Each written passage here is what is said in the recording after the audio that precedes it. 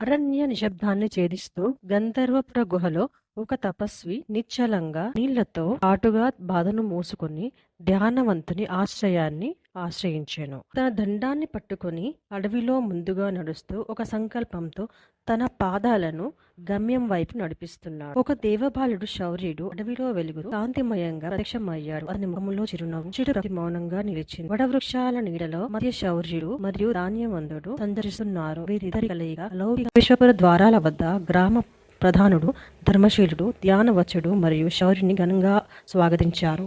శివాలయంలో మధ్యలో ధర్మశీలుడు శౌర్యుని ప్రకాశించి అనంత పాత్రను అంకితం చేశాడు. శౌర్యుడు తన చేతులతో ఒక అంధుని ఆహారం అందిస్తున్నాడు.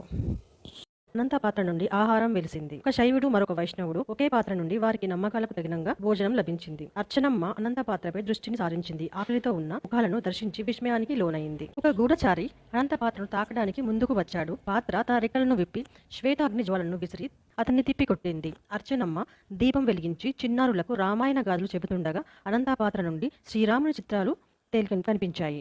పిల్లల శ్లోకాలు పఠించగానే అనంతపాత్ర ఆ శ్లోకాలను స్వరపూరితంగా దేవవాణిలా పలికింది. ఘోరమైన దోపిడీదారులు గ్రామాన్ని దాడి చేశారు. అనంతపాత్ర ఆకాశంలోకి లేచి తన శక్తిని విడుదల చేసింది. తెల్లటి కాంతి తరంగం ఆ దోపిడీదారులను వెనక్కి